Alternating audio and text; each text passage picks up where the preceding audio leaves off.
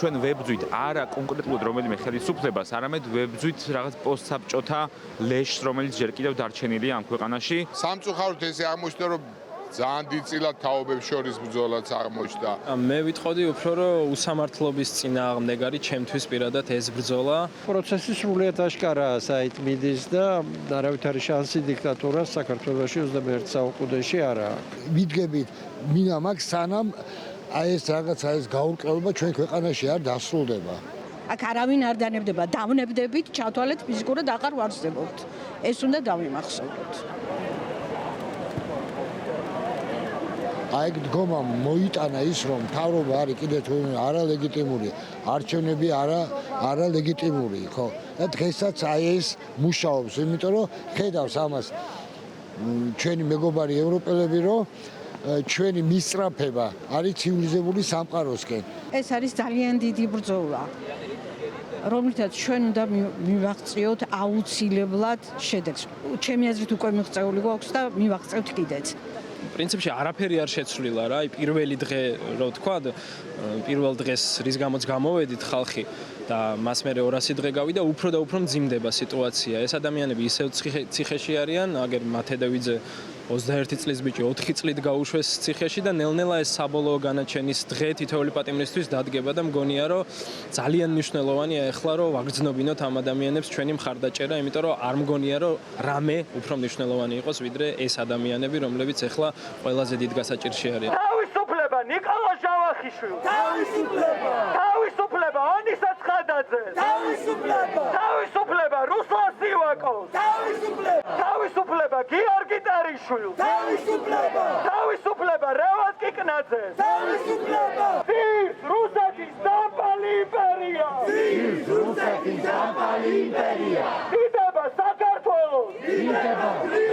ამ აქციებთან ერთად, როდესაც აქციები დასრულდება გამარჯვებით, უნდა დასრულდეს საქართველოში რუსული გავლენები, არა მარტო პოლიტიკურ დონეზე, არამედ ხალხის დონეზეც კი. იმიტომ რომ მე დღემდე მიკვირს ხოლმე რა, როცა ვხედავ ადამიანებს 400 მეტრში უდგათ რუსული საგუშაგო და იძახიან რომ დიდება რუსეთს და რუსები არიან ჩვენი მეგობრებიო რა.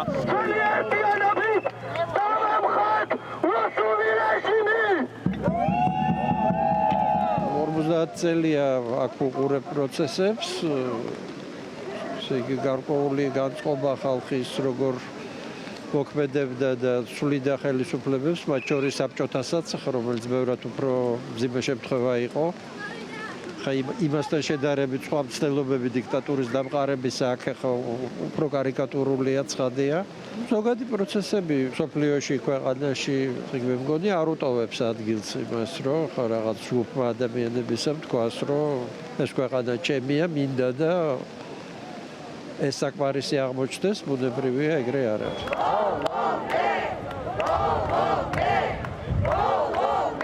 ამ პერიოდის მანძილზე იყო რაღაც პერფორმანსები, იყო სხვადასხვანაირი გზის გადაკეტვა, შენგან ცოცხალი ისეთი პროცესია, რომელიც დუნედ არ მიდის და აქვს რაღაც თავისი აღმავალი ეტაპები, ესეც აბსოლუტურად ბუნებრივი არის, ადამიანები ვართ, უბრალოდ და ხანდახან ყველას შემოუტევს ხოლმე ეს დაღლა და რაღაცა ნიჰილიზმიც კი, მაგრამ ნებისმიერ ან სხვადასხვანაირ საქმეშიც კი, როცა იცი რისთვის იბრძვი, იცი რა არის შენი მიზანი, რა გინდა, რა შედეგი გინდა რომ დადო, არ არსებობს არანაირი მიზეზი, რომ ეს მოტივაცია ან ჩაყლას, ან გააჩეროს. შეიძლება დღეს ხედავდეთ, რომ აი ცოტა მიმდგავართ ხოლმე ვიდრე ვიდექით თუნდაც ნოემბერში და დეკემბერში და ამაზე ბევრი იძახის ხოლმე, რომ აი ხო, ნახე შემცირდა და რაღაცა შეიძლება კვდებოდეს აქ, მაგრამ არა, იმიტომ რომ ადამიანების გულებში, ადამიანების ტვინებში არაფერი რაც მოხდა ამ პერიოდის განმავლობაში არ წაშლილა, მტერი არსად არ წასულა, ისევ აქ არის გარედანაც, ჩრდილოეთიდანაც და შიგნიდანაც მათი მესვეურები.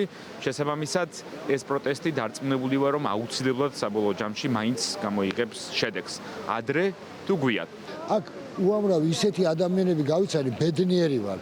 და რა გითხრათ, აი ყოველ საღამოს 8 საათის შემდეგ, როგორც აი რაღაც სამსახურში ისე მოდივარ, რასაც ვთქვი, ქვეყნის სამსახურში და მე მინდა კიდევ ერთხელ აი ადამიანებს მადლობა გადაუხადო, მაგრამ ერთი მინდა აი ამას დავამატო, ეს შიშის ელემენტებია, ხალხს რაღაცა შიშია და ნუ გეშინიათ ხალხო გავერთიანდეთ, ერთად დავდგე და კაცობრიობა პროტესტით ვითარდება.